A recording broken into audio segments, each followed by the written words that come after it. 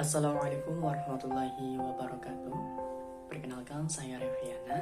Saya berasal dari kelas Biologi B semester 4. Nomor induk mahasiswa saya yaitu 20081060049. Saya di sini akan membahas terkait siklus karbon dan oksigen. Selamat menyaksikan. Siklus daur dan oksigen merupakan siklus perpindahan senyawa yang berbasis karbon dan oksigen dari bentuk ke satu ke bentuk yang lainnya. Daur ini berasal dari proses fotosintesis, proses respirasi, kebakaran, atau berasal dari pabrik, kemudian berasal dari dekomposisi, dan juga ada yang berasal dari hewan laut. Karbon dioksida di udara akan dimanfaatkan oleh tumbuhan untuk proses fotosintesis dan menghasilkan O2. Alga laut juga dia punya pigmen fotosintetik sehingga dia bisa berfotosintesis dan dia bisa melepaskan O2 melalui proses fotosintesis. Sama halnya dengan tumbuhan. Tumbuhan juga bisa berfotosintesis sehingga dia melepaskan O2. Nah, tapi tumbuhan juga bisa menarik CO2 dari atmosfer untuk bahan fotosintesis. Hewan dan tumbuhan yang mati dalam jangka waktu yang lama akan membentuk batu bara di dalam tanah. Batu bara akan dimanfaatkan lagi sebagai bahan bakar yang juga akan menambah kadar CO2 di udara. Di ekosistem air, pertukaran CO2 dengan atmosfer berjalan secara tidak langsung. Karbon dioksida berikatan dengan air membentuk asam karbonat yang akan terurai menjadi ion bikarbonat.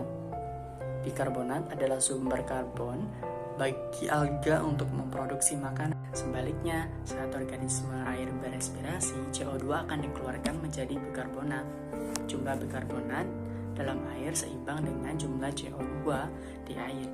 Lintasan arus utama siklus karbon adalah dari atmosfer atau hidrosfer dalam jasad hidup, kemudian kembali lagi ke atmosfer. Selain manusia dan hewan, tumbuhan juga mengalami proses respirasi. Kebalikan dari proses fotosintesis pada tumbuhan, proses respirasi terjadi di bagian stomata daun. Proses yang terjadi yaitu perubahan makanan menjadi sumber energi. Selain itu, stomata yang terdapat pada tumbuhan akan menyerap gas O2 dan mengeluarkan gas CO2.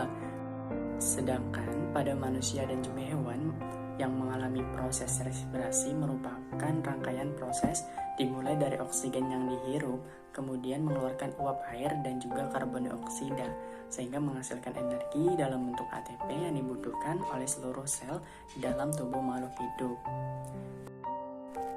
Karbon yang tersimpan dalam organisme hidup disebut karbon biomasa. Dapat ditemukan pada semua vertebrata laut. Hewan besar seperti paus yang memiliki berat hingga 50 ton dapat menyimpan karbon dalam jumlah yang sangat besar untuk jangka waktu yang lama. Ketika mereka mati, bangkai mereka pun tenggelam ke dasar laut dan membawa karbon biomasa yang tertangkap seumur hidup bersama mereka. Proses ini disebut sebagai karbon mati.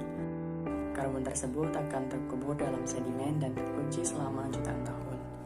Lebih lanjut, peran paus dalam menyerap karbon salah satunya melalui proses yang dikenal para ilmuwan sebagai well pump, yaitu proses paus mengeluarkan kotoran yang bernutrisi tinggi seperti urea. Kotoran tersebut yang memiliki nutrisi yang tinggi dapat merangsang pertumbuhan fitoplankton, organisme kecil yang memiliki peran dalam menangkap karbon. Fitoplankton mungkin berkurangan mikroskopis, tetapi jika digabungkan, fitoplankton memiliki pengaruh yang sangat besar terhadap atmosfer planet. Oke, sekian yang dapat saya sampaikan terkait daur atau siklus karbon dan oksigen. Kurangnya lebihnya mohon maaf. Wassalamualaikum warahmatullahi wabarakatuh.